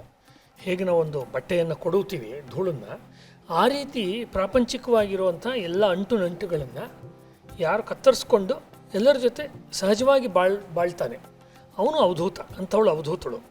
ಅವಧೂತ ಪ್ರಜ್ಞೆ ಅನ್ನೋದು ಬೇಂದ್ರೆ ಅವರಿಗೆ ಅವರ ಕುಟುಂಬದಿಂದಲೇ ಬಂತು. ಯಾತಕ್ಕೆ ಅಂದರೆ ಅವರಿಗೆ ಉತ್ತರ ಕರ್ನಾಟಕದಲ್ಲಿ ಭಾಳ ವಿಶೇಷ ಅಂದರೆ ಅಲ್ಲಿ ಸನ್ಯಾಸಿಗಳಿಗಿಂತ ಹೆಚ್ಚಾಗಿ ಸಾಧುಗಳಿಗೆ ಬೆಲೆ. ಸನ್ಯಾಸಿಗಳು ಒಂದು ಮಠಕ್ಕೆ ಅಥವಾ ಒಂದು ಪೀಠಕ್ಕೆ ಸಂಬಂಧಪಟ್ಟವರಾಗಿರ್ತಾರೆ. ಸಾಧುಗಳಿಗೆ ಆ ರೀತಿ ಯಾವುದೂ ಇರಲ್ಲ. ಅವ್ರಿಗೆ ಅದರದ್ದು ಒಂದು ಅಂಟಿರಲ್ಲ.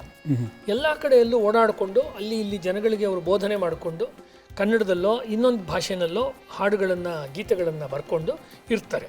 ಅಂಥ ಅವಧೂತರದ್ದು ದೊಡ್ಡ ಒಂದು ಸಾಲೆ ಬೇಂದ್ರೆ ಅವ್ರನ್ನ ಆಶೀರ್ವಾದ ಮಾಡೋಕ್ಕಾದಿತ್ತು. ಉದಾಹರಣೆಗೆ ಟೇಂಬೆ ಮಹಾರಾಜರು, ಅಕ್ಕಲ್ಕೋಟೆ ಮಹಾರಾಜರು, ಸಮರ್ಥ ರಾಮದಾಸರು, ಆ ಪರಂಪರೆಯಲ್ಲಿ ಬಂದಂಥ ಬೇರೆ ಬೇರೆಯವರು, ಆಮೇಲೆ ಶ್ರೀಪಾದ ವಲ್ಲಭರು, ಈ ಥರದವ್ರು ಒಂದು ಕಡೆ ಆದರೆ, ಇನ್ನೊಂದು ಕಡೆ ಬ್ರಹ್ಮಚೈತನ್ಯ ಗೋಂದಾವಲ್ಲಿ ಮಹಾರಾಜರು, ಮತ್ತು ಅವಾಗಲೇ ನಾವು ಮಾತನಾಡುವಂತೆ ಹೇಳಿದಂತೆ ಅರವಿಂದರು, ಮತ್ತು ಆಧುನಿಕ ಕಾಲದಲ್ಲಿ ರಮಣ ಮಹರ್ಷಿಗಳು.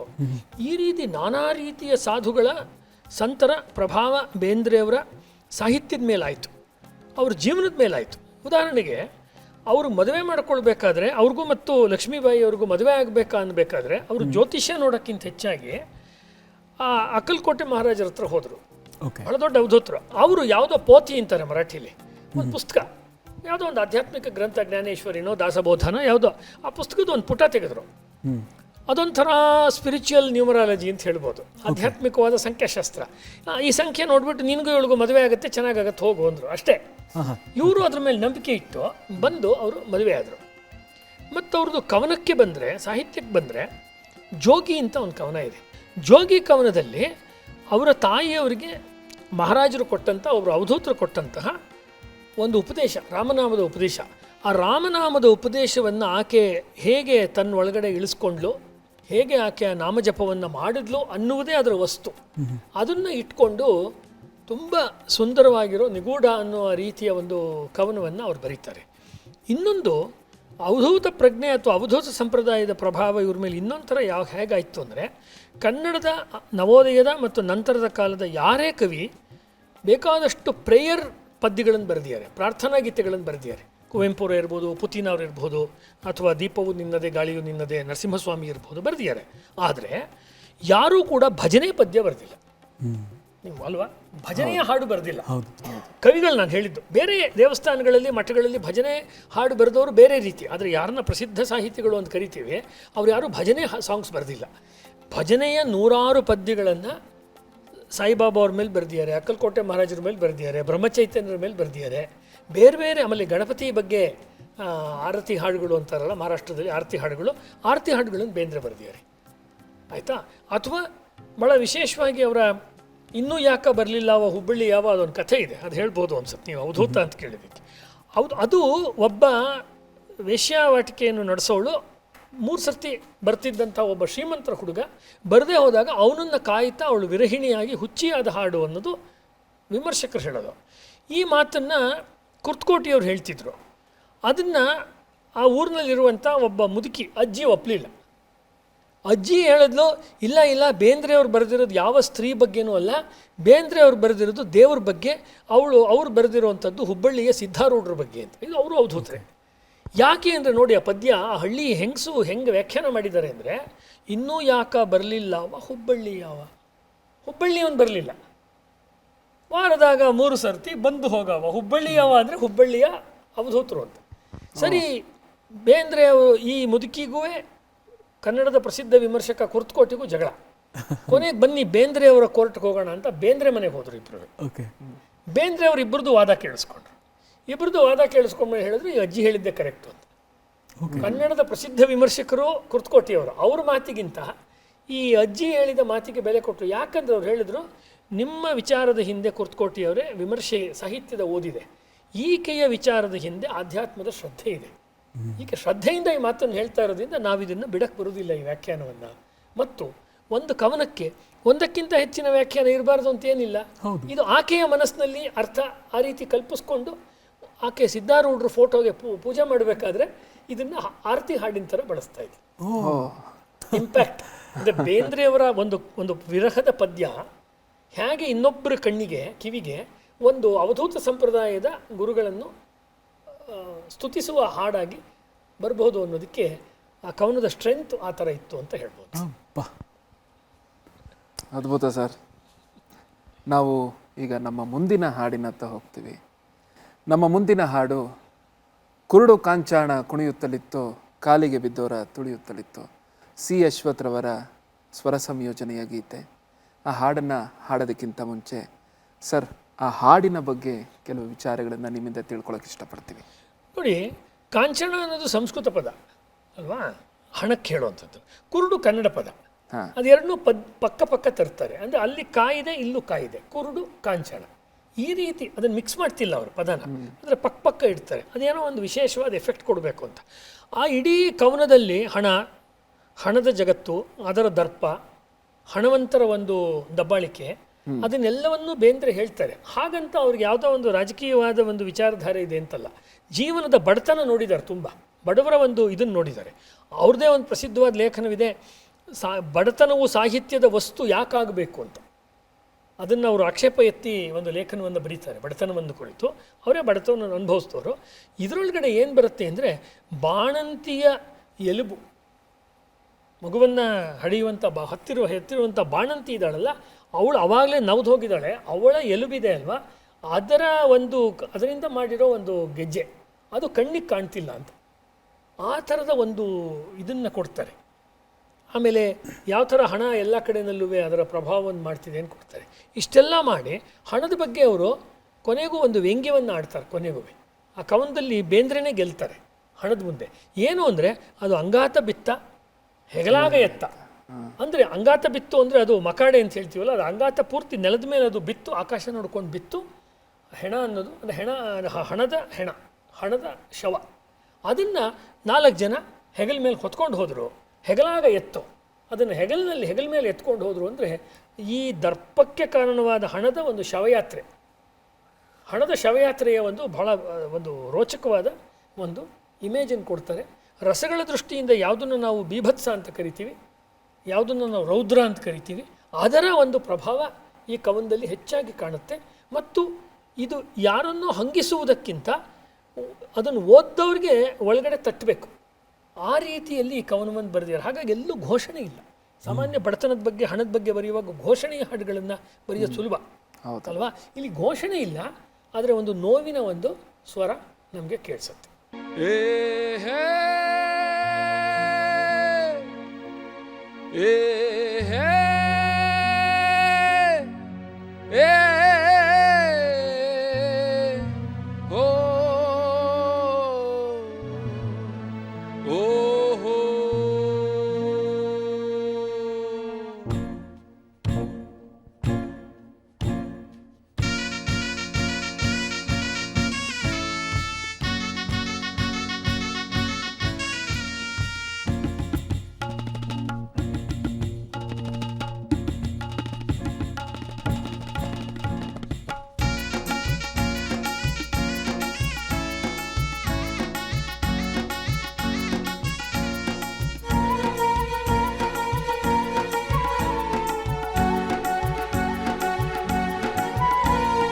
ಕುರುಡು ಕಂಚಾಣ ಕುಣಿಯುತ್ತಲಿತ್ತು, ಕಾಲಿಗೆ ಬಿದ್ದವರ ತುಳಿಯುತ್ತಲಿತ್ತು. ಕುರುಡು ಕಂಚಾಣ ಕುಣಿಯುತ್ತಲಿತ್ತು, ಕಾಲಿಗೆ ಬಿದ್ದವರ ತುಳಿಯುತ್ತಲಿತ್ತು. ಕುರುಡು ಕಂಚಾಣ, ಕುರುಡು ಕಂಚಾಣ, ಕುರುಡು ಕಂಚಾಣ, ಕುರುಡು ಕಂಚಾಣ, ಕುರುಡು ಕಂಚಾಣ ಕುಣಿಯುತ್ತಲಿತ್ತು, ಕಾಲಿಗೆ ಬಿದ್ದವರ ತುಳಿಯುತ್ತಲಿತ್ತು. ಕುರುಡು ಕಂಚಾಣ ಕುಣಿಯುತ್ತಲಿತ್ತು, ಕಾಲಿಗೆ ಬಿದ್ದವರ ತುಳಿಯುತ್ತಲಿತ್ತು.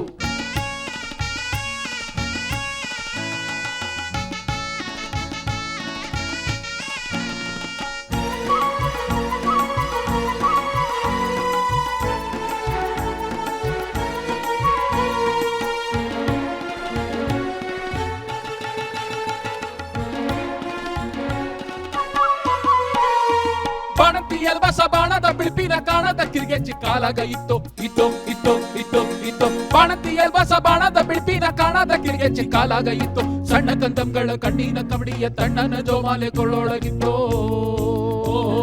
ಕುರುಡು ಕಂಚಾಣ, ಕುರುಡು ಕಂಚಾಣ, ಕುರುಡು ಕಂಚಾಣ ಕುಣಿಯುತ್ತಲಿತ್ತು, ಕಾಲಿಗೆ ಬಿದ್ದವರ ತುಳಿಯುತ್ತಲಿತ್ತು. ಕುರುಡು ಕಂಚಾಣ ಕುಣಿಯುತ್ತಲಿತ್ತು, ಕಾಲಿಗೆ ಬಿದ್ದವರ ತುಳಿಯುತ್ತಲಿತ್ತು.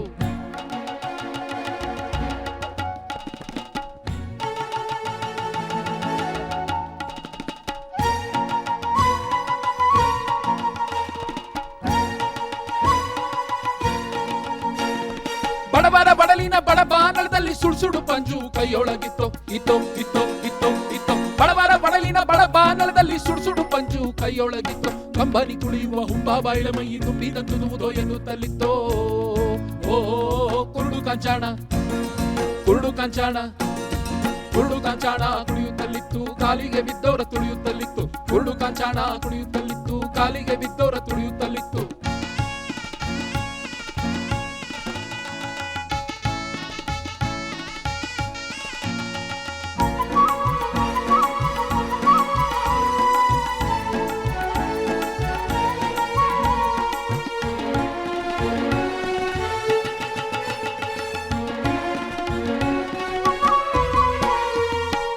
ಬಳಿಯವರ ಪಾಲಿನ ಮೈದೊಗಲ ಧೂಳಿಯ ಭಂಡಾರ ಹಣಿಯೊಳಗಿತ್ತು ಇತ್ತು ಇತ್ತು ಇತ್ತು ಇತ್ತು. ಕೂಲಿ ಕುಂಬಳಿಯವರ ಪಾಲಿನ ಮೈದೊಗಲ ಧೂಳಿಯ ಭಂಡಾರ ಹಣಿಯೊಳಗಿತ್ತು. ಹುಳಿಯೊಳಗೆ ಗಣನಾಮ ಹಳಿಯೊಳಗೆ ತನನ ಗಡಿಯೊಳಗೆ ಜನನ ದನಿಗೊಡುತ್ತಿತ್ತೋ. ಕುರುಡು ಕಂಚಾಣ, ಕುರುಡು ಕಂಚಾಣ, ಕುರುಡು ಕಂಚಾಣ ಕುಣಿಯುತ್ತಲಿತ್ತು, ಕಾಲಿಗೆ ಬಿದ್ದವರ ತುಳಿಯುತ್ತಲಿತ್ತು. ಕುರುಡು ಕಂಚಾಣ ಕುಣಿಯುತ್ತಲಿತ್ತು, ಕಾಲಿಗೆ ಬಿದ್ದವರ ತುಳಿಯುತ್ತಲಿತ್ತು.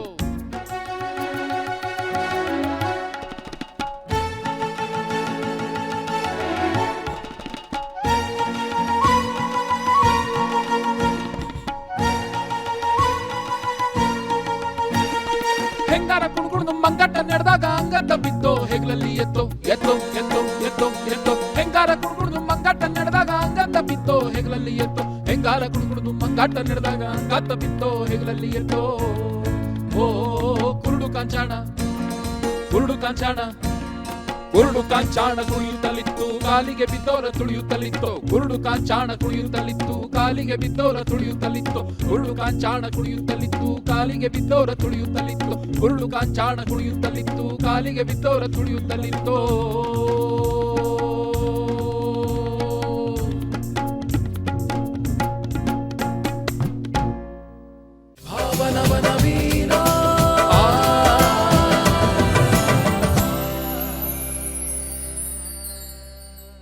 ಕುರುಡು ಕಾಂಚನ ಹಾಡು ತುಂಬ ಚೆನ್ನಾಗಿ ಹಾಡಿದರೆ. ಧನ್ಯವಾದ sir. Thank you sir, thank you so much. ನಾಟಕ ಮತ್ತು ಅನುವಾದ ಸಾಹಿತ್ಯದಲ್ಲಿ ಬೇಂದ್ರೆ ಅವರ ಪಾತ್ರ ಎಷ್ಟಿತ್ತು ಸರ್? ಬಹಳ ಒಳ್ಳೆಯ ಪ್ರಶ್ನೆ. ಇದನ್ನು ಕನ್ನಡ ಪ್ರೊಫೆಸರ್ಗಳು ಕೇಳಲ್ಲ.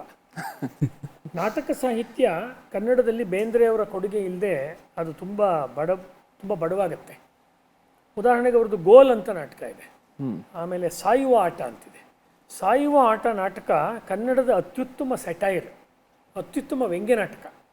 ಅಂದರೆ ಒಂದು ಊರಿನಲ್ಲಿ ಕಳ್ತನ ಆಗುತ್ತೆ, ಅಲ್ಲಿ ಯಾರನ್ನೋ ಹಿಡಿತಾರೆ, ಹಿಡಿದಾಗ ಯಾರನ್ನು ಹಿಡಿದ್ರೋ ಅವನು ಇನ್ನೊಬ್ಬರ ಮೇಲೆ ಕಂಪ್ಲೇಂಟ್ ಮಾಡ್ತಾ ಹೋಗ್ತಾನೆ. ಕೊನೆಗೆ ಅದು ರಾಜ ಮತ್ತು ಮಂತ್ರಿ ತಲೆ ಮೇಲೆ ಹೋಗುತ್ತೆ. ಕೊನೆಗೆ ಅವರಿಬ್ಬರು ನಾವೇನಾದ್ರು ಸತ್ತರೆ ಮುಂದಿನ ಜನ್ಮದಲ್ಲಿ ನಾವೇ ಮಂತ್ರಿ ಮತ್ತು ರಾಜ ಹುಡ್ತೀವಿ ಅಂತ ಹೇಳಿ ಅವರಿಬ್ಬರು ಕಾಂಪಿಟೇಷನ್ ಮೇಲೆ ನೇಣಿಗೆ ಹೋಗ್ತಾರೆ. ಆ ಥರದ್ದೊಂದು ನಾಟಕ ಸಾಯೋ ಆಟ.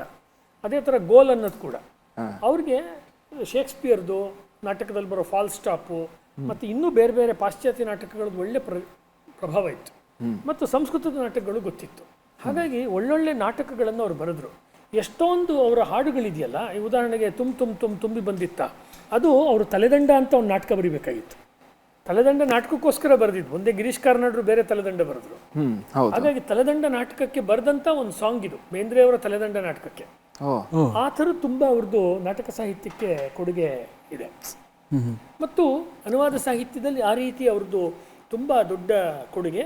ಅದೇ ಥರ ಕನ್ನಡದ ಒಳ್ಳೆಯ ಕಾದಂಬರಿಕಾರ ಕೆ.ವಿ. ಅಯ್ಯರ್. ಕೆ.ವಿ. ಅಯ್ಯರ್ ಬರೆದಂಥ ಶಾಂತಲಾ ಕಾದಂಬರಿಯನ್ನ ಬೇಂದ್ರೆ ಅವರು ಮರಾಠಿಗೆ ಅನುವಾದ ಮಾಡಿದ್ದಾರೆ.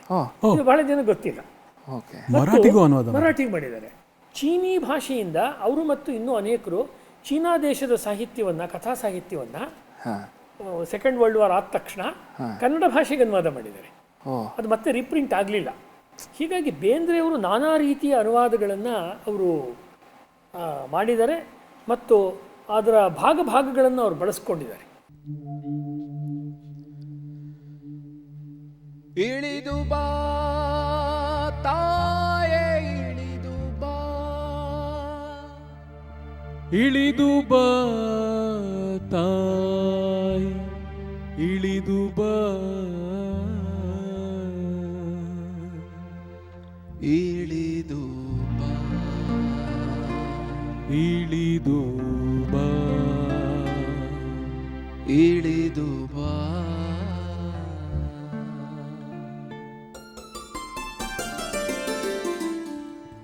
ಇಳಿದು ಬಾ ತಾಯಿ ಇಳಿದು ಬಾ, ಇಳಿದು ಬಾ ತಾಯಿ ಇಳಿದು ಬಾ, ಇಳಿದು ಬಾ ತಾಯಿ ಇಳಿದು ಬಾ, ಇಳಿದು ಬಾ ತಾಯಿ ಇಳಿದು ಬಾ. ಹರನ ಜಡೆಯಿಂದ ಹರಿಯ ಅಡಿಯಿಂದ ಋಷಿಯ ತೊಡೆಯಿಂದ ನುಸುಳಿಬ, ಹರನ ಜಡೆಯಿಂದ ಹರಿಯ ಅಡಿಯಿಂದ ಋಷಿಯ ತೊಡೆಯಿಂದ ನುಸುಳಿಬ. ದೇವರನ್ನು ತಣಿಸಿಬ, ದಿಗ್ದಿಗಂತದಲ್ಲಿ ಹಣಿಸಿಬ, ಚರಗಳಿಗೆ ಉಣಿಸಿಬ. ಬಾರೆ ಬಾ ತಾಯಿ ಇಳಿದು ಬಾ, ಇಳಿದು ಬಾ ತಾಯಿ ಇಳಿದು ಬಾ, ಇಳಿದು ಬಾ ತಾಯಿ ಇಳಿದು ಬಾ. ನಿನಗೆ ಪೊಡ ಮಾಡುವೆ ನಿನ್ನ ನುಡು ತೊಡುವೆ ಏಕೆ ಎಡೆತಡೆವೆ ಸುರಿದು ಬಾ, ನಿನಗೆ ಪೊಡ ಮಾಡುವೆ ನಿನ್ನ ನುಡು ತೊಡುವೆ ಏಕೆ ಎಡೆತಡೆವೆ ಸುರಿದು ಬಾ. ಸ್ವರ್ಗ ತೊರೆದು ಬಾ, ಬಯಲ ಜರಿದು ಬಾ, ನೆಲದಿ ಹರಿದು ಬಾ. ಬಾರೆ ಬಾ ತಾಯಿ ಇಳಿದು ಬಾ, ಇಳಿದು ಬಾ ತಾಯಿ ಇಳಿದು ಬಾ, ಇಳಿದು ಬಾ ತಾಯಿ ಇಳಿದು ಬಾ, ಇಳಿದು ಬಾ ತಾಯಿ ಇಳಿದು ಬಾ.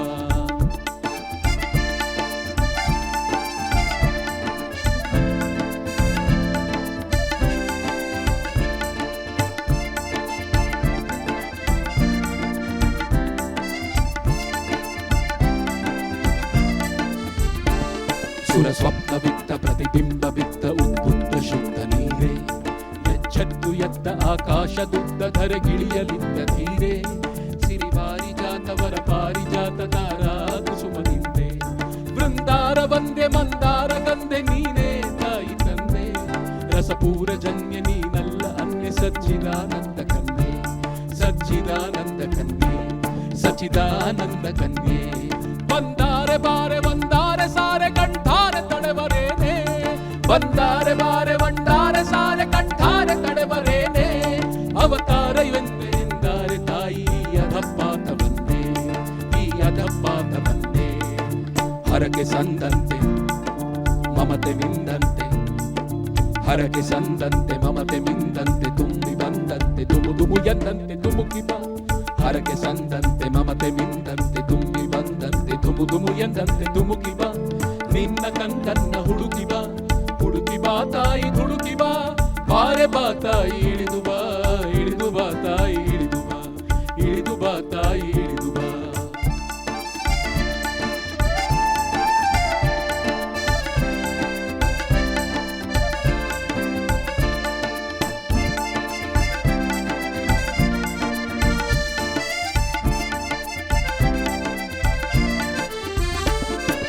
ಶಂಭು ಶಿವಹರನ ಚಿತ್ತೆ ಬಾ ದತ್ತ ನರಹರಿಯ ಮುತ್ತೆ ಬಾ ಶಂಭು ಶಿವಹರನ ಚಿತ್ತೆ ಬಾ ದತ್ತ ನರಹರಿಯ ಮುತ್ತೆ ಬಾ ಅಂಬಿಕಾ ತನಯನತ್ತೆ ಬಾ ಅಂಬಿಕಾ ತನಯನತ್ತೆ ಬಾ ಅಂಬಿಕಾ ತನಯನತ್ತೆ ಬಾ ಇಳಿದು ಬಾ ತಾಯಿ ಇಳಿದು ಬಾ ತಾಯಿ ಇಳಿದು ಬಾ ತಾಯಿ ಇಳಿದು ಬಾ ಇಳಿದು ಬಾ ತಾಯಿ ಇಳಿದು ಬಾ ತಾಯಿ ಇಳಿದು ಬಾ ತಾಯಿ ಇಳಿದು ಬಾ ತಾಯಿ ಇಳಿದು ಬಾ ತಾಯಿ ಇಳಿದು ಬಾ ತಾಯಿ ಇಳಿದು ಬಾ ತಾಯಿ ಇಳಿದು ಬಾ ತಾಯಿ ಇಳಿದು ಬಾ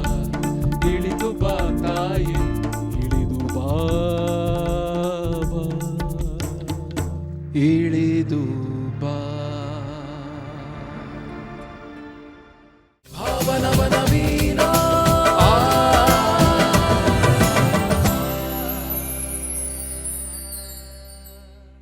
ಸರ್, ನಿಮ್ಮ ಬ್ಯುಸಿ ಸ್ಕೆಡ್ಯೂಲಲ್ಲಿ ಈ ಕಾರ್ಯಕ್ರಮಕ್ಕೋಸ್ಕರ ಬಿಡುವು ಮಾಡಿಕೊಂಡು ಇಲ್ಲಿ ಬಂದು ನಮಗೆ ಹಲವಾರು ವಿಷಯಗಳನ್ನು ಹೇಳಿದ್ರಿ. ನಿಮಗೆ ಅತ್ಯಂತ ಧನ್ಯವಾದಗಳು ಸರ್. ನಿಮಗೂ ಅಷ್ಟೇ. ಮತ್ತು ಬೇಂದ್ರೆ ಅವ್ರ ಕೆಲಸಕ್ಕೆ ನಮಗೆ ಯಾವತ್ತೂ ಬ್ಯುಸಿ ಅಂತಿಲ್ಲ, ನಾವು ಇರೋದೇ ಬೇಂದ್ರೆ ಕೆಲಸ ಮಾಡೋದಕ್ಕೆ. ನೀವಿಬ್ಬರು ತುಂಬ ಚೆನ್ನಾಗಿ ಹಾಡಿದ್ದೀರಾ. ನಿಮಗೆ ಶುಭವಾಗಲಿ, ನಿಮ್ಮ ತಂಡದವ್ರಿಗೂ ಶುಭವಾಗಲಿ. ಧನ್ಯವಾದಗಳು ಸರ್. ಮತ್ತಷ್ಟು ವಿಚಾರಗಳೊಂದಿಗೆ, ಮತ್ತಷ್ಟು ಬೇಂದ್ರೆಯವರ ಗೀತೆಗಳೊಂದಿಗೆ, ಮತ್ತಷ್ಟು ಗಾಯಕರೊಂದಿಗೆ ಮುಂದಿನ ಸಂಚಿಕೆಯಲ್ಲಿ ಮತ್ತೆ ಭೇಟಿಯಾಗೋಣ. ಅಲ್ಲಿವರೆಗೂ ಎಲ್ಲರಿಗೂ ನಮಸ್ಕಾರ. ನಮಸ್ಕಾರ. ಭಾವನವನ ವೀಣಾ ತೊರೆಯ ನೀರದು ಹರಿದು ಹಳತನ್ನು ತೊರೆವಂತೆ ರಾಗ ಭಾವಗಳಿಲ್ಲಿ ನವನವೀನ ಮೊಗ್ಗು ದಳಗಳ ಬಿಡಿಸಿ ಕುಸುಮವನು ಪೊರೆವಂತೆ ರಾಗ ಭಾವಗಳಿಲ್ಲಿ ನವನವೀನ ಪದಗಳ ಪುರದಲ್ಲಿ ಹೊಸ ಕಾವ್ಯ